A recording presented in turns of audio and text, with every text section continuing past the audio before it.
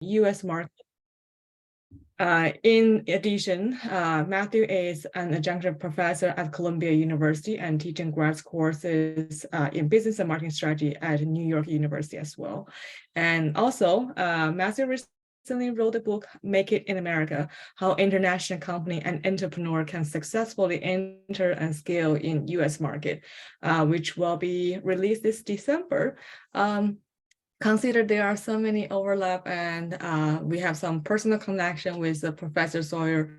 So I'm really glad that Professor Sawyer decided to, having this session with us and to share with all his research about global expansion.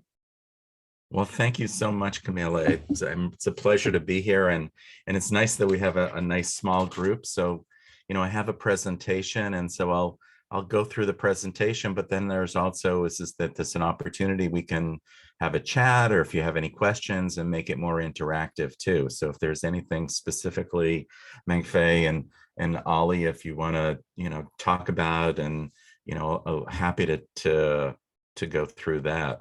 So, but as Camilla said, is that one of the things is that I did is that so I recently wrote a book, and one of the questions that came up is so was there anything surprising, or is there anything that new learning that was really important to share with people? And so the book was based on a lot of research, and I interviewed over 120 people in 40 countries, and in addition a lot of experts, whether it was legal experts and finance and tax and all sorts of people, as well as a lot of people who were living in the United States who were foreign-born entrepreneurs. And one of the things that I've found in terms of talking to particularly people, international folks, was this basic misperception about the country, and that they wanted to, and there was a genuine desire about wanting to come to the United States and do business. They recognize it's the largest economy in the world. It's the relatively stable, high customers in terms of affluence, and lots of resources in terms of financial, and a very friendly legal system. But they wanted to know, what was the, some of the learning, and what were some of the things. And so one of the things that I found out was this general misperception, in that, people thought, well, the US is just one big language. Everyone speaks one big market. Everyone speaks one language.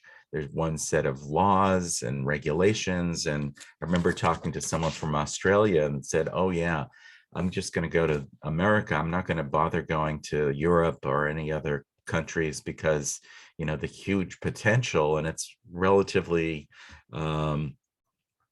it should be easy because it's one big market. And so what I wanted to do is to spend some time talking about, why that isn't true, and that there's a lot of complication, and that the US market is really lots of hundreds of smaller markets put together. And I wanted to talk about what the reality of is that is, a little bit of why that is in terms of the origins, which are regional differences. Talk about a little bit about the legal system. Camilla is going to talk about the tax and the employment situation in the United States.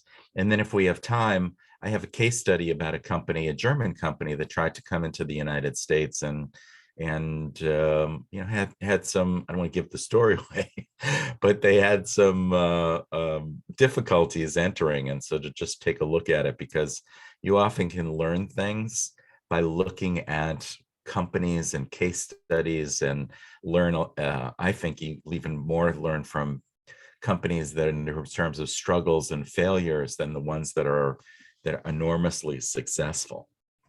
So before I get started, does that sound, in terms of your expectations, Ollie and Mengfei? And I say, Karen, you just joined as well. So I'll take that. I see a thumbs up. So I'm gonna move forward then. So the first thing is about the United States is that it's huge.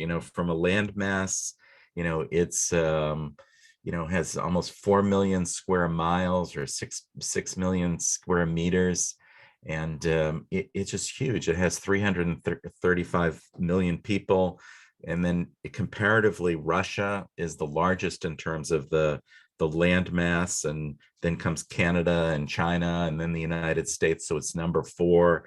And then in terms of population, after India and China, US is number 3 after that. So it's a very large market. And then it's hugely diverse. And I'm going to go through some of the diversities within the country. But the first thing is that, it's made up of all of these regional states, these individual states. So we have 50 states, we have a federal district, the District of Columbia, and then in addition, there are 14 territories that are out there. So that's all part of the United States. And so each one of the states, as we'll go through later on, has very different laws and regulations and, a lot of other nuances and differences. The first thing to know about the United States is that it's hugely different in terms of diverse climates. You have everything from the Arctics up in Alaska, you have desert land, and this is in Arizona, and then tropical areas down in Florida. So it's hugely different in terms of the different regions. Camilla's up in Boston. I think sometimes that goes between the desert in the summer and then the Arctic in the winter. Hopefully it doesn't have the tropical hurricanes, but there's actually 8 different climates. The US, this comes from the State Department in terms of looking at all of these different climates, and the climates has huge differences in terms of if you're thinking about, bringing products into the company into the country.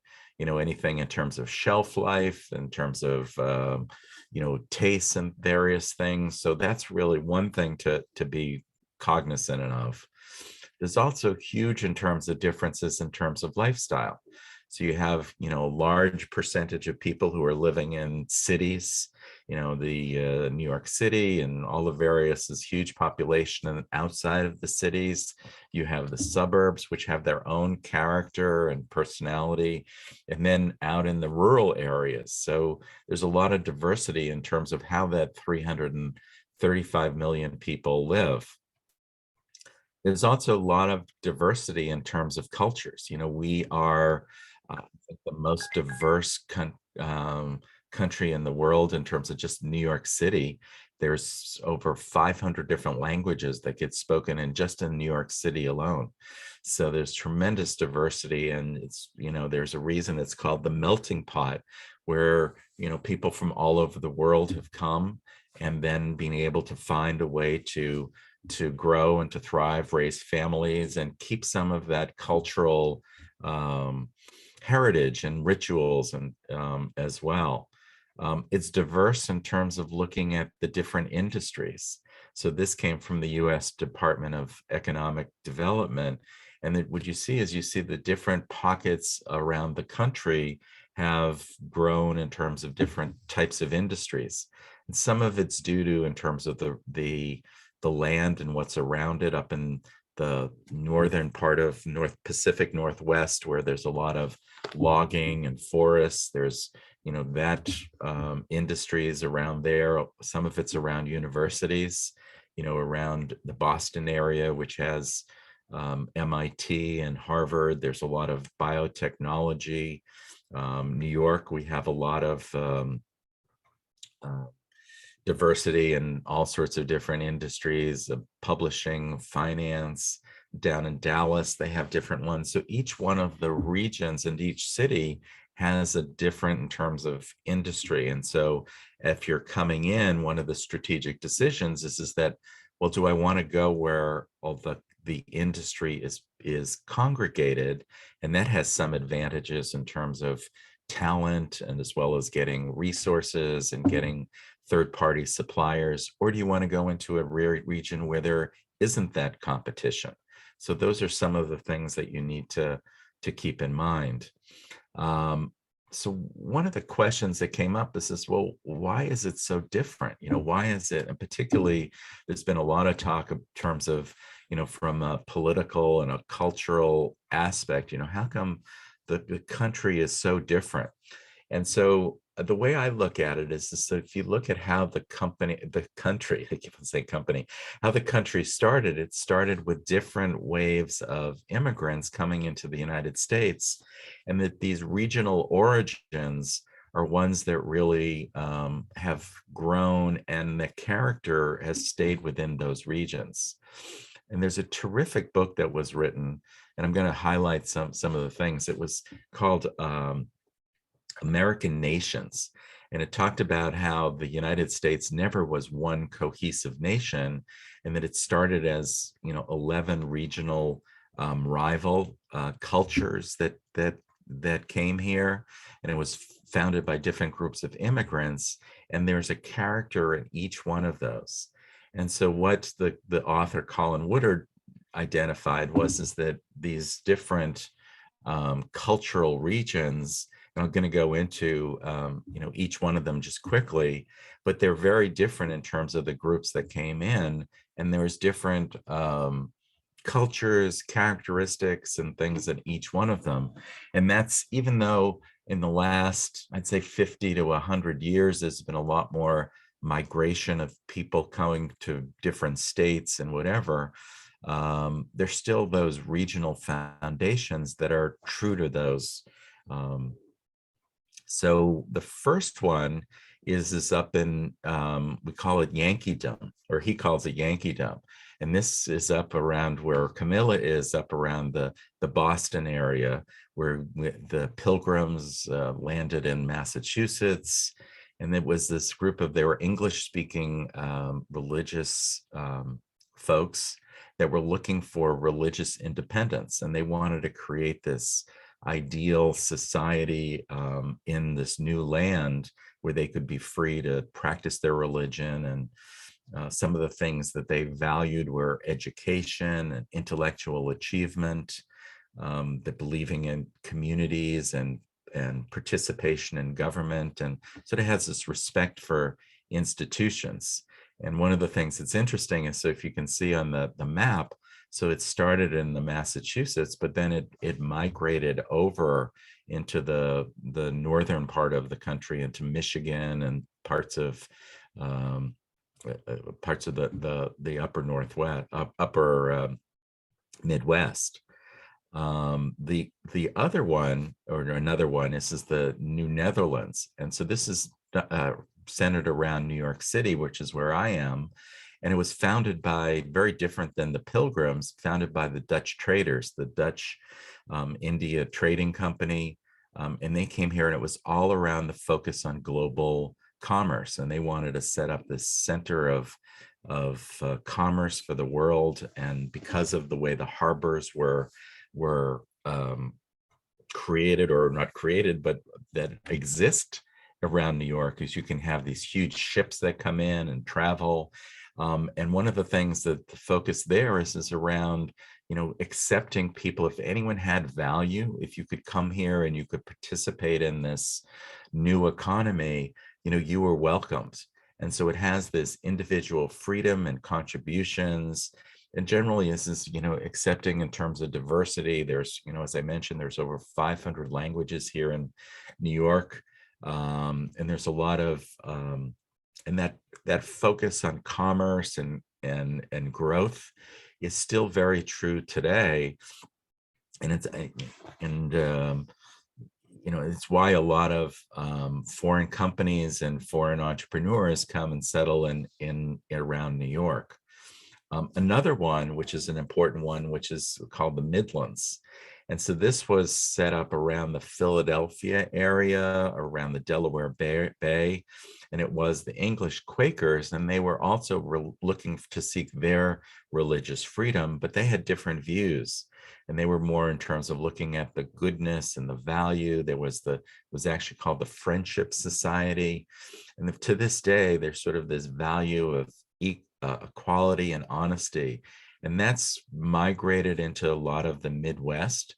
So a lot of those Midwestern values, the American values of equality and, were really started in by that group.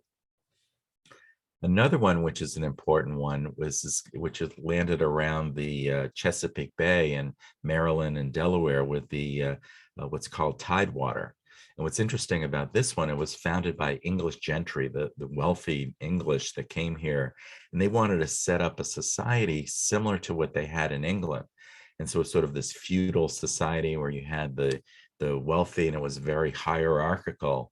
In this case, is they value authority and class, and some of that still exists. But what's really interesting about this one is that if a lot of the founders, at least in the government, whether it was George Washington or Jefferson and Madison, they all came from this area. And so they had that idea about there was this, gentry. And so that's, it's not quite as much now as it was before. I think a lot of that is Washington, D.C. has attracted a lot of different people that have come in. So that idea of hierarchy and feudal system isn't as prevalent, but it's good to know what the origins of the different regions are. Another one is the Appalachian. And so this was we're around sort of the Tennessee and Texas area. And it's important to note that this was folks that emigrated from Ireland and Scotland and Northern England, where it was there were famines, there were wars, and went to sort of escape the, what was going on to come to the United States. And it was more of a hardworking, hardscrabble culture and work. And they sort of, to this day, values in terms of independence and liberty. And they're somewhat anti-government, and as Colin said, they're somewhat volatile. It's sort of, if you've sort of heard of the Appalachian Mountain in terms of some of the characteristics of that group. And it's important to know in terms of looking at that region of the country. We also have the Deep South, which started in South Carolina and then migrated to take up Georgia and Mississippi and some of Florida and some of Texas as well. And this was started by the English slave lords that came over they were in Barbados, and they came over seeking more land, and they, created this slave society where their democracy was just in the hands of a privileged few. Now, thankfully, that history is over, but it's important to recognize that that was one of the roots of the foundation, and it's part of the past of the country. Another region is the far west. So as people from the original colonies migrated over, and it was particularly because there was mining and cattle ranches and factories that were being set up around Montana, Oregon, the inner parts of California. And that's sort of around this area, there's very much of a value of hard work, family values, and independence. And what defines this particular region is just the hard land, in terms of it's very difficult. A lot of it's mountainous, difficult in terms of raising farmlands. So, this has a region of the country has a character of all its own.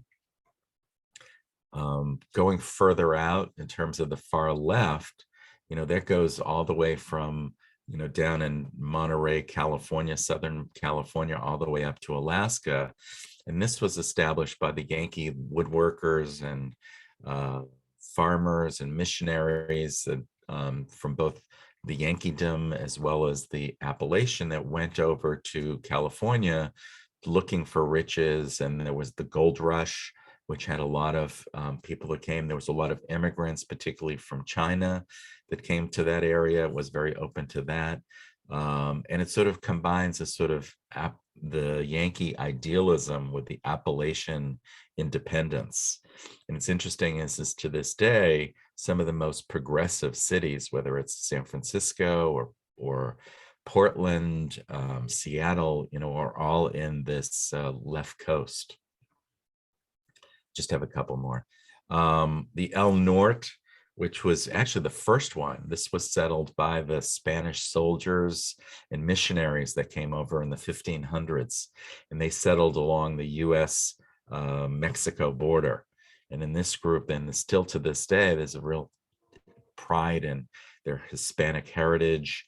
The culture and the rituals are still evident today. And, this area is also defined by valuing hard work, adaptability, because things have changed so much, and then also a real independence streak. Some people say if there's ever going to be a breakout, Texas might, be the one to sort of go off and start their own country. And then the last one is New France. And this started up around Quebec in Ontario, where it was the French fur traders that came over, and they established themselves in around that area. And it's interesting, a group then migrated down to New Orleans. So you have down in New Orleans, there's a real French culture, and that's heritage. There's a real pride in that. And this group also values cultural diversity and also negotiating. There were so many different people negotiating consensus. So, if you ever get a chance to go down to New Orleans, it's a very fun city. Another area where the U.S. is both different in each one of the countries, and then each one of the states, as well as different than a lot of other other countries, is around its legal system. So I'm just going to touch on that quickly. So one of the first things to know is that, the U.S. legal system was based on a common law or case law system, similar to the English, which is different than in a lot of countries where it's more of a civil law, where it's just based on the rules and the regulation. And the big difference is that in a common law or case law, there's a judge that then determines whether who wins or loses, or the merits of a case. And that's why one of the reasons why the lawyers are so valuable and so important here in the U.S., because as they put together their arguments and put together the cases, they can then have influence in what the outcome is.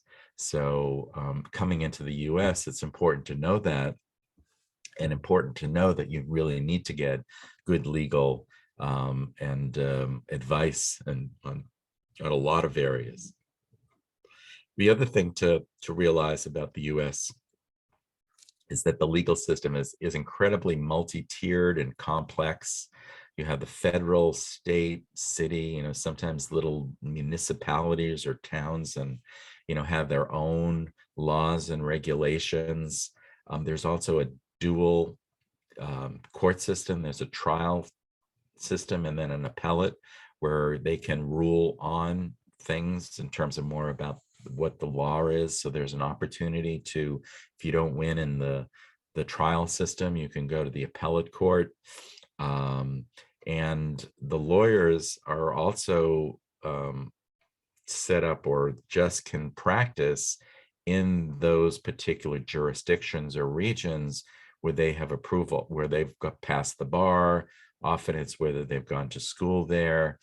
And the other part about the US is that there's incredibly specialized. So you have lawyers that specialize in bankruptcy, lawyers that specialize in divorce, lawyers that specialize in tax, and so there's a lot of complexity. And part of that is also we have a very robust legal system with very specialized lawyers. And as I mentioned, the federal court, there's this sort of, you can see this dual.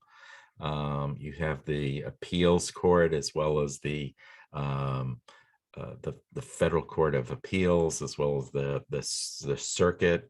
And so each one of them, it's sort of is, dual, whether if you don't win in one, you can go to the other. And just in terms of the complexity, there's lots of different levels, and it goes up, of course, to the Supreme Court, which is only in the federal system, not the state system, where they rule on certain cases about whether the law itself, but they'll also choose which are the ones they want to try.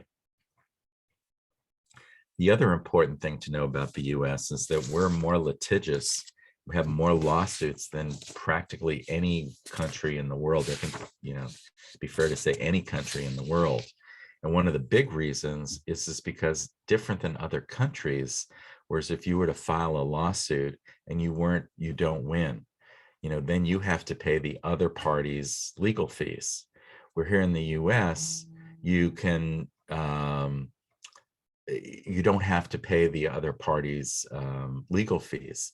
So that's why you'll see is there are cases where, people bring all sorts of lawsuits, and the legal system in some ways gets used by companies as almost a tactic, as a way to either prevent, other companies from doing things or prevent smaller people from coming in. It's something that is definitely needs to be recognized. And we even have some contingency lawyers. And so those are lawyers that will only get paid if they win the case. So they'll go up to someone and they'll say, okay, we'll take your case on. And if we win, we'll get 30% of that. If you don't win, you don't have to pay us anything. So there's really, the volume of legal cases that happen, is much higher. And as this is one case which was, sort of demonstrate this. We have a product, a beloved product, Kellogg's Pop-Tarts. And so someone sued the company Kellogg, which is based in Michigan, over the lack of strawberries in their strawberry Pop-Tarts, because on the package it said that it's made of strawberries, but when you look in the ingredients, that strawberries are like down in like the 5th or 6th, and most of it is apple juice. Or so the point of this is that there are all sorts of these legal cases that come up that you just it's different. And it's as Camilla will talk in terms of understanding the system, and you need people that are going to help you to navigate these systems. And as Sherry Redstone, Sherry is now the chairman of Paramount, which is one of the largest television and movie companies. And she, her father started the company, and there was this legal battles in terms of who the company was going to then be passed down to. And there were all of these legal battles. And she said, I thought this was a great quote. So I saw the legal system up close, and I understood that it was built by lawyers for lawyers. And unless you have an attorney to navigate it, you're not going to be successful. So, that is sort of, very indicative. And it's also sort of leads us in terms of talking about, where Alariss is really so helpful in terms of understanding the employment and the tax system.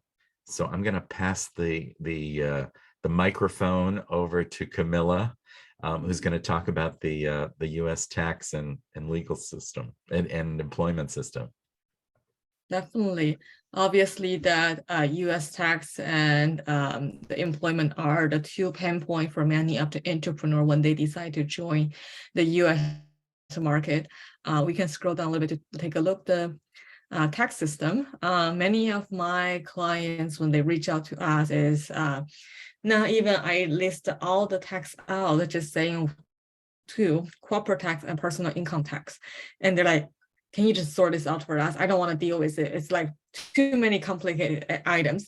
And I don't know if you guys ever get a chance to see the US tax form. It's always very complicated, use very teeny tiny font, and So sometimes we are making fun of it, saying like maybe they're just trying to trick you, fill up the wrong information, eventually penalty you, letting you to pay more tax. So, but US is definitely one of the countries having very complicated tax system and very disciplined tax system. When I say discipline, it's definitely because there is a very famous department that everybody knows called IRS, which is like people are behind each company or corporate trying to figuring out like how much you make, what do you make, did you pay enough tax, and what you're doing right now, are they legit? And if there is any like money laundering or things like that, how can we find out, how can we making sure it's moving, as a legit process and not letting you to do any illegal, movement like that. So obviously in the US, each state and territory, they have their own law and regulation. As you can see down here, this is only just a simple map for an income tax. As you can see, myself currently sitting in Massachusetts, which is like 5% of your total income as your income tax. Where the Professor Sawyer sitting in, right, which is like New York City, which is 8.82%. It really depends on each state where will be the state that having the high tax income tax rate. Obviously, this day remote work is creating a lot of benefits. I have some of my colleagues, down to Texas or sitting in Nevada and doing the work. In that scenario, those are the non-income tax state, so they don't have to pay the income tax. But does it meaning this is a great thing? Usually that's also meaning you might actually paying other taxes besides of income tax. It could be your property tax, it could be your house benefit tax. It's always something gonna balance up you're paying a lot of tax money to the government. So as an example, this is only an income tax rate in the United States, 50 states. Everyone have a different rate, everyone have a different calculation. So it's a very complicated process. So that's why when company coming in, it is always being helpful to having a company as your EOR provider, employee of record provider, or you just want to spend a lot of money to hire a full-time accountant. A CPA accountant are not cheap. They usually will cost you around $200K for a year. If at the initial stage you decide to expand but doesn't have enough money, then that might not be the best choice. Moving down, some of the questions during employment, people will feel like, oh, I just want to figure out who am I talking to, who's my candidate like. Obviously, there are many questions are illegal to interview. Age, that's definitely something that you shouldn't ask during the interview process. I know in some of the Asian countries that resume actually request people writing down their birthday, their home address, everything. But in the United States, age is definitely a big no question to ask because people could suspicious the employer have age discrimination or ageism issue. Gender and sexual orientation is another thing that people don't have to write down on their resume. Even like I know I think in China or in Japan that on the resume they request you to attach your professional picture there.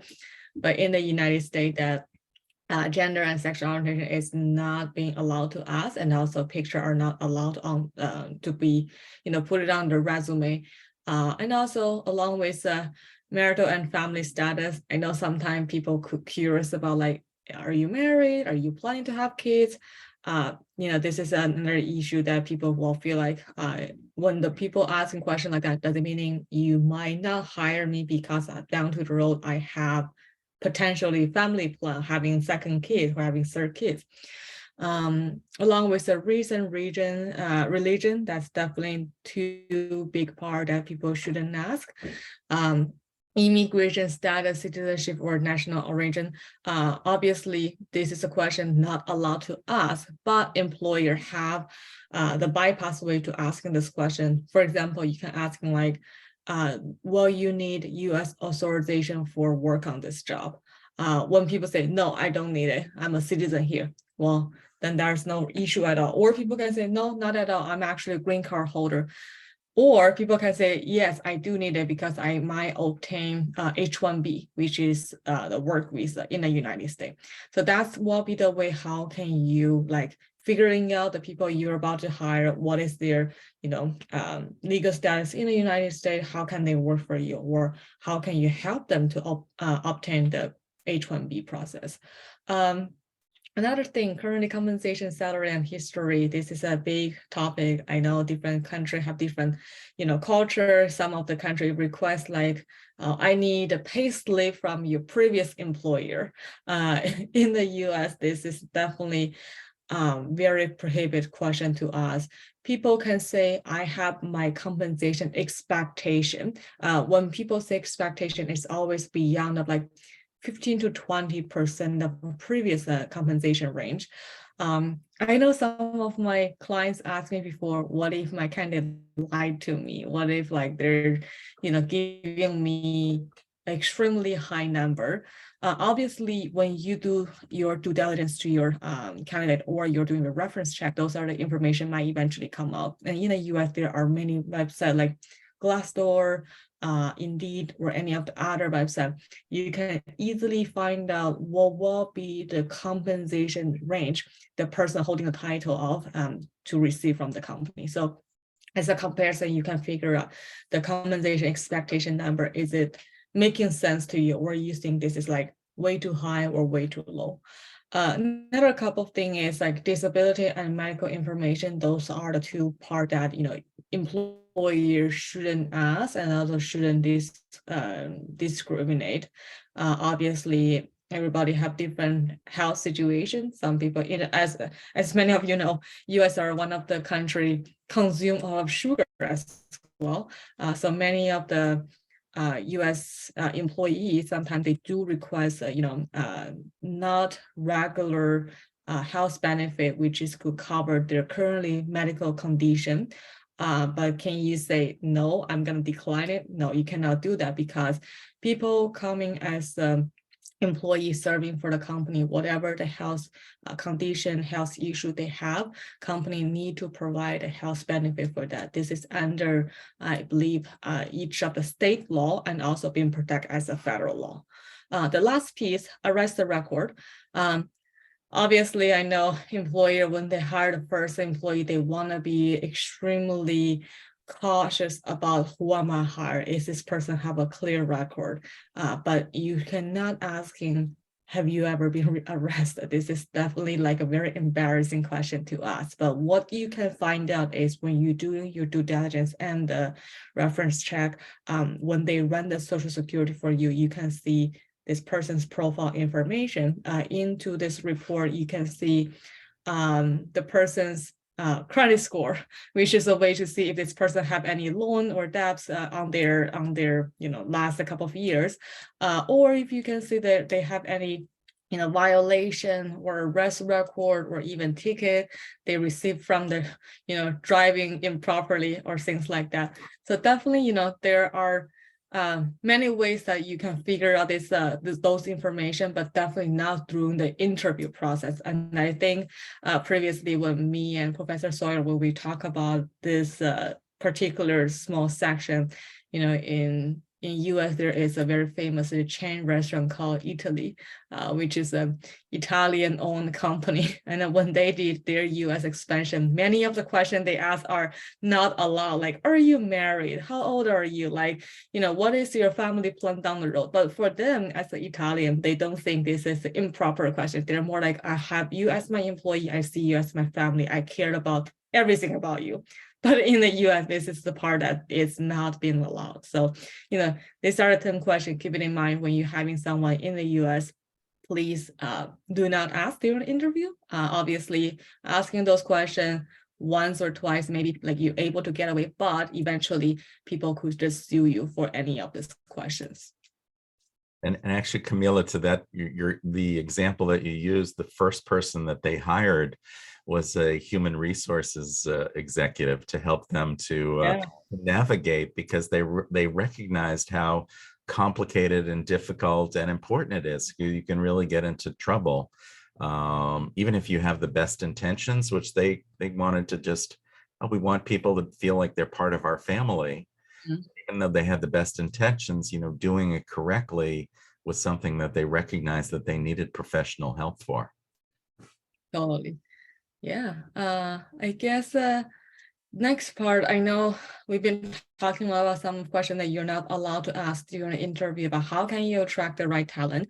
Obviously, many times during the initial interview, I always inform both parties of my candidate and client, as this is an informational interview, which is a time to both parties asking questions, both parties to show them what is my personal career growth that my expectation is, or the company can show like our company expectation for the growth and the impact in the society or the industry. So this is a way to helping the US talent to understand what will be the long-term goal and how can I chip in my effort to help you to achieve your long-term goal.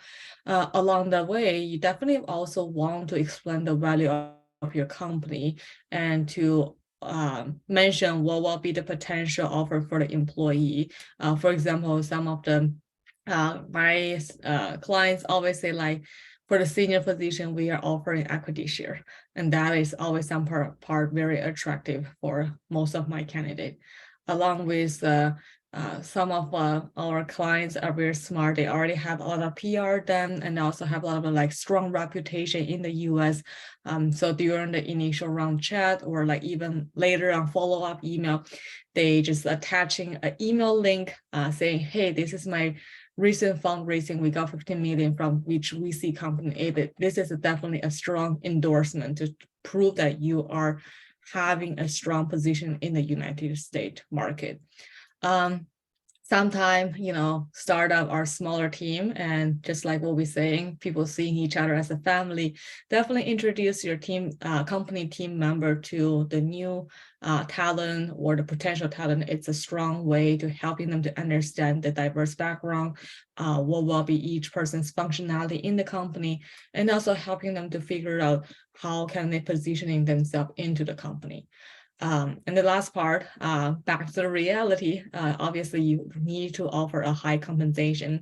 Many of the startup, when they expanded to the US, they are targeting to bringing the talent from the corporate company. Obviously, corporate company, they are giving a lot of compensation and benefit.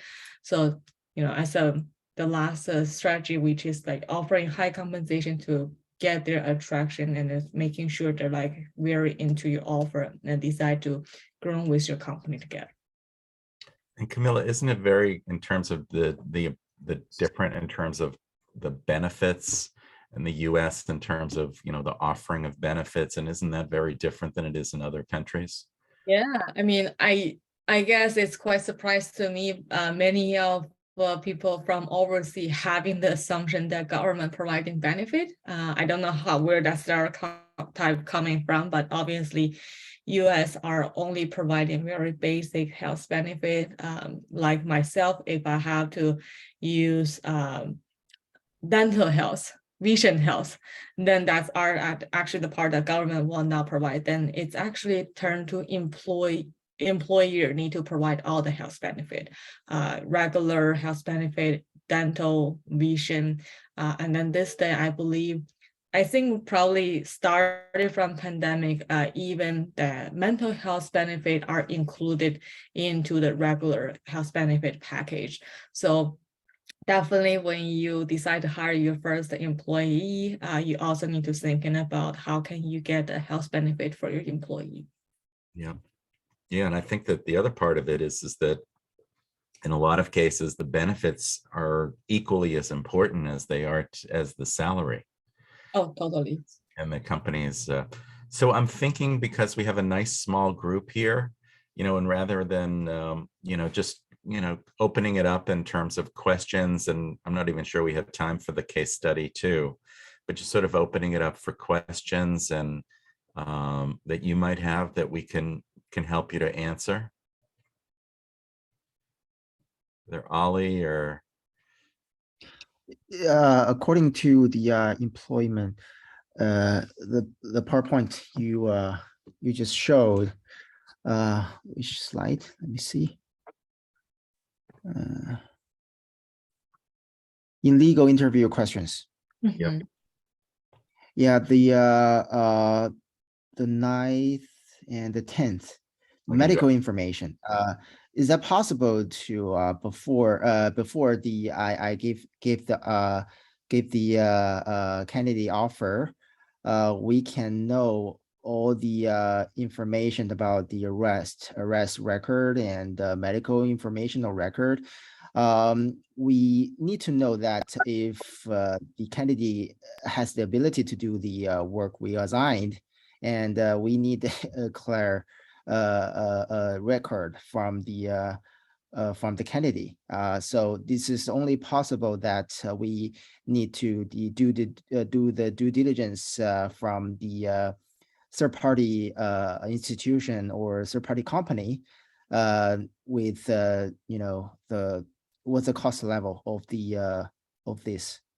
Yeah, that's a great question. I mean, I will unpack this question by 2 layers. The first layer, let's talk about the rest record. Usually in the US, the interview and issue offer process will be, for example, you have 3 rounds of interview. After 3 rounds, internal team decided this is a great candidate, we would like to giving this person an offer. But before you sending the offer away, you always will giving your candidate a heads up saying like, I really appreciate your time, I enjoy our conversation, I need you to provide the reference as a reference check purpose, and also along with we are start doing the due diligence process, asking the permission if this person is okay. And when your due diligence report coming back, you review it, there's no issue at all, then this is a time that you can sending your offer and telling the people that, oh, hey, we did chatting with the previous employer and also review the due diligence report. Everything seems fine. Definitely glad to have you as a part of the company. So that's the rest of the record part. So it's gonna be you figuring out the reference check and also along with the due diligence before you issue the offer. Regarding the health, the medical record, I get what you say, you employer trying to making sure your employee not having any severe issue on the health level and making sure they're able to do their job. But once again, I don't think there is a perfect solution for asking people to providing the health medical health record. Health record are one of the higher level confidential information in the US. I can give you an example. I was doing my vaccination, and when I actually lost my record, so I have to call the hospital saying like, can you send me a record? They're not even giving to me. They said, whoever requested, tell them to call us and we will do direct transfer. So it's not like sometimes this health record is extremely confidential that, it's very hard for employer to find out, but usually with, let's say some of the pretty top or premium health package like Blue Cross Blue Shield or what is the other one name? Usually they have pretty premium package, it's already covered most of the stuff. So your employee able to have that to cover their health situation. And also in the US, I think people do have some self-awareness if they are, extremely sick or having any issue. They already know that I cannot handle this job. I don't think they will be, mentioning like they will not like holding until the last minute and tell you about it. So usually people always telling you, hey, I have this precondition that, I might need to take in 4 days a week because I do have, any of the health therapy that I need to do. So, for the health record, there's no best solution, but it's something that employer cannot be discriminated for. So there's no third-party company can do the medical information checking thing, right? As my awareness, no, unless it's, for example, unless your company is a food operation related company, then this is a time that you may able to request your candidate say like, I need you to conduct a drug test to making sure you're drug free. And obviously many of my clients are not in the food operation side, so that's not very impossible happen yet. Yeah. Oh, so there must be a reason that if the reason is reasonable, then we can ask for the things or the information they can provide, that they have to provide. Yeah, I mean, that's definitely something employer can ask, but on the candidate side, they might also feel offensive, and they could say, If they refuse to provide, then they refuse. And that's a different story, right? There's like, I decline to, provide, then, this whole process will be just like, and yeah. But there are HIPAA laws that are very strong, and even that I know that doctors will get into a lot of trouble if they were to then, reveal information about patients. So, it's definitely something that is taken very seriously here. So, getting that proper advice and counsel of people, and not everything, as you said, it doesn't always make sense. Not everything makes sense, but that's sort of the system, and sort of learning how to maneuver and navigate the system, like, is important. Mm-hmm. Okay. And there's another question about the track talents. Sure. Is there any tools or website people usually use to do the your promotion, company or self-promotion, or link with talents? I want with a search method or stuff like that. Yeah, definitely. I think there's a couple of like the fundamental piece that if you're ready to expand that, you want to making sure it's ready to go. One is the LinkedIn page. Obviously, LinkedIn is one of the career social network app, and people usually just easily to search the company. For example, when people want to join Alariss, obviously they're gonna check what is Alariss doing? Then they put it into the LinkedIn search box and figure out, okay, I see there are some PR exposure. I see there's team member there. So your LinkedIn is definitely a big piece of information. The second one, I think many of the companies sometimes ignore the information, is Glassdoor. Glassdoor is one of the things that people always like put in the review of the company. Along with my last 3 years of serving all of my clients, I did see some of the clients doesn't have a good review score, and that ended up turning to when they decide to hire people receive the offer and decline the offer due to their concern after reviewing the Glassdoor review. So definitely Glassdoor is another thing that people want to pay attention to, see how people review about your company, what is the score you're getting. I won't say that you want to get like 4.9 out of 5, because that is really impossible, but trying to stay around 4, that's going to be like a very trustworthy score. Some of my, I think the one that I seen that even myself, I was shocked, was a 1.8 out of 5. So even for me, I'm start having my own doubt about like, is this the right person that for me to serving for? Like, I might, hurting myself, my reputation for work on the cases. So, definitely Glassdoor is another one that you want to pay attention now. Beside of this too, I mean, jumping into the tier 2, which is if a company in the US have some fundraising movement or having some media reputation, I'm sure, let's say MSNBC or sometime like big news website, they do posting the company news related like that. So that's gonna be another piece as an endorsement for you company as well. Okay, understand.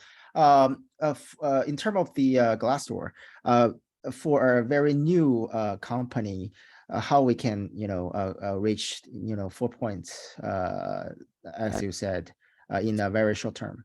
Yeah, so actually Glassdoor reviews rate metric is defaulting everybody is 5 out of 5. But when people giving you bad review, your score is going low and low and low. So if you're able to have the people always putting like positive feedback, you're always able to maintain a high score. The 1.8 out of 5 case was also because of they start defaulting as 5, and because of like I think they got 12 or 14 bad reviews, and then each like criteria they give him 1 star, and it's really dragging them to 1.8 out of 5. If beyond the numbers, if I could just add to this, is that, you know, there's also in terms of understanding the American workers in terms of their mentality and what, you know, they tend, you know, my wife works for a French company, and French tend to be very micromanaging. And so, you know, that doesn't really fly very well with, you know, Americans who like to sort of be, you know, have a goal set and then sort of be, so, okay, you go off and do it and come back if you have problems or tell me what you're doing. So it's just sort of a management style. And I think that understanding and having someone who's familiar, and, you know, there's just a cultural difference in terms of the, you know, and having people at least the sensitivity to, you know, how the employees are thinking and looking, I think is really important. Totally. Okay, understand. So anyway, are there any other questions? If not, I'm gonna put up my, if it's okay, I'm gonna put up my contact information in case you wanna get in contact with me. So this is my contact information.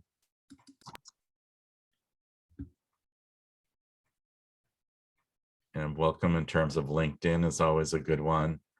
And then if you're, I also, as I mentioned, I have this book that's coming out, and this is the website for the book. It's under my name, Matthew Lee Sawyer. So that might be helpful, and it does cover a lot of these issues and some of the complexity that that Camilla was talking about too.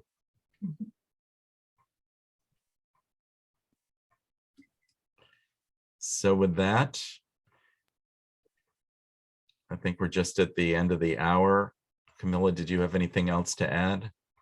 I guess one thing is I was very privileged to get a chance to read the chapter 1 from the book. I highly recommend. It's very interesting because especially consider myself, you know, grown up in China, moved to the state, there are lots of culture shock that I personally experienced. So I wish, you know, everybody who is doing the expansion, having the chance to read the book, at least, you know, you get some basic idea of like, what are some potential issues coming down to the road, at least you mentally prepare. So that is very helpful. Terrific. So, well, thank you very much. Yeah. Thank you very much. Thank you very much for sharing with us. I Yeah. appreciate all this, especially for the regional origins. This is my first time to understand there are so many different and the origins really affect a lot of difference across this continent. And I'm looking forward to more detailed information about how the origin difference affect the legal laws, and as well, particularly the labor laws, and what's the advice for, you know, Chinese company to establish their first step company in the United States. Yeah, and also where to set up, and, you know, there's a lot of, you know, both in terms of where do you, if you're going to be incorporating, because a lot of times I think particularly if you're employing people, if you're hiring people, you really should be setting up a U.S. subsidiary or U.S. legal entity. And then where would you do that? Where do you put your offices and various things? It gets very complicated, and that's why, you know, advice from companies like Alariss and other ones are really critical. This rally so much people calling for election and have said that he cares for his life, and we've seen about short former information. Alice, did you mute yourself? These guys making very charged statements that while their party is the party. Okay. Great. I know in the Asia time zone, it's like jumping to 9 o'clock is getting quite late in Asia. I really appreciate everyone's participation today, especially I know Thursday night, you just like one more day of work, but you're still spending the night with us to listen us about this US expansion webinar. We did a recording session for today, probably later when we getting to the end of this month, we will be distributing some like small pieces and then to recap this session. Great. Well, thank you very much, and take Brilliant. care and good luck Thank to you. everyone. Talk soon. Bye. Bye. Thank you Matthew, very and much. Thank you, Bye-bye. Camilla.